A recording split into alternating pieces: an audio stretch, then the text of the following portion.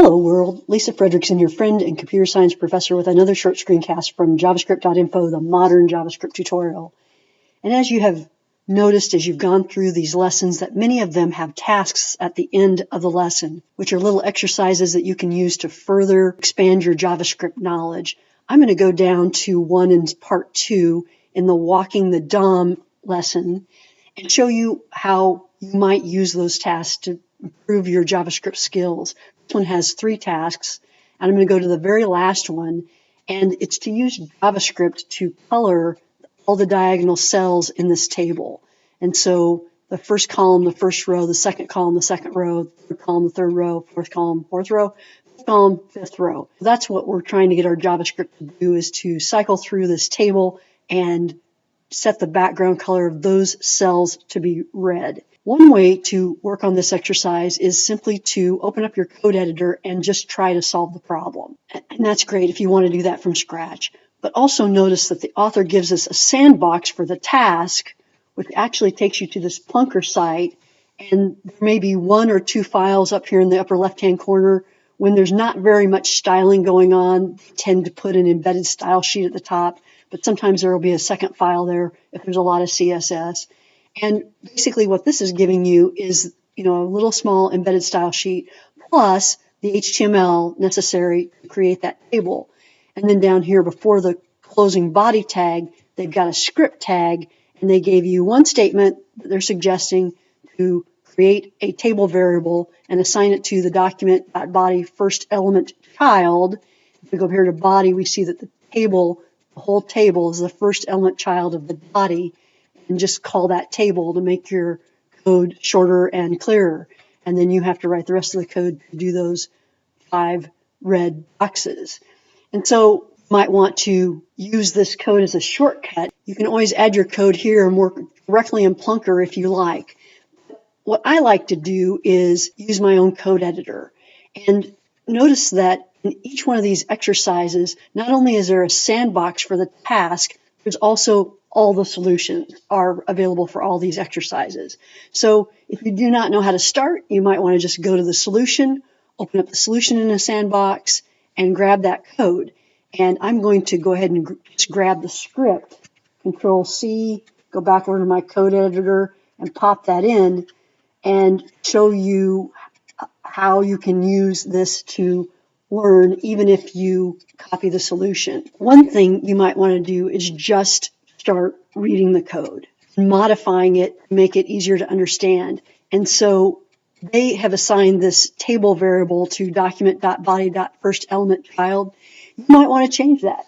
You might want to say, I'm going to let table be assigned to document.getElementById number table, which might be safer if that table had an ID of number table, which I added, so that it wouldn't have to be the first element child. If I had an H1 of table work here, then my code is still going to work if I'm setting that variable to a specific ID as opposed to first element child. Now that's one of the things that the lesson's trying to teach you, is about new properties such as first element child, but you can still read that code and try and modify it and try and improve it. It's a great way to keep learning.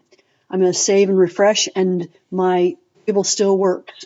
Then let's look at this for loop. The for loop starts with a counter, starts at 0, as most counters do, because all of our arrays and our node lists in JavaScript in most languages start with an index number of 0. And then it's going to keep looping until it hits the value of the length of the rows property of the table. And we know the table is just this big old number table. So rows must be returning the number of rows in the table. And if you want to test that, you can either console log that out or just open up your console and just start typing in some things to see what it is that you're working with. Get element by ID, I'm going to type in number table dot rows. That would be this table dot rows in its long form. If I hit enter, yes, I'm getting a node list of 1, 2, 3, 4, 5 elements. And if I press my up arrow key, I can repeat that command and type in length and see what the length is. Okay, it's 5. So this loop's going to go through here 5 times, 0, 1, 2, 3, and 4. Then let's go down to this next statement. We're assigning a new variable name row, assigning it to table. We know what that table is. It's the big old table object. Rows I, for our first iteration, that's going to be 0.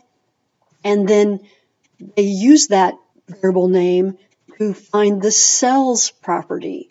So when we're at row 0, cell 0, we're going to set its style, background color to red. And I'm going to keep picking through this. Rows.length. Let's look at what rows index number 0 cells gives us. That gives us all the cells inside the first row, 1, 2, 3, 4, 5 PDs. And how about if I do cells 0? Now that's giving me the one cell, and when I hover over that with my mouse, I can see that it's highlighted up there in my table. So another modification that I made to this little exercise is to call this row 0 and column 0. This is cell 00. I cranked all these numbers down by one number from the exercise so that my counter number and my cell reference were exactly the same. It's just something I decided to modify in the HTML just to make this loop going from 0 through 4 make more sense. I could just comment that out, and instead of using that variable name, I could use its full syntax here, and I think that's even easier still. So now when I'm at the table, which is the big table, when I'm at row 0 and cell 0, I'm going to change its style, property, the background color of that style to red. When I'm at 1, 1, red. When I'm at 2, 2, red. 3, 3, red. 4, 4, red. And the loop stops. Do not be intimidated by those exercises.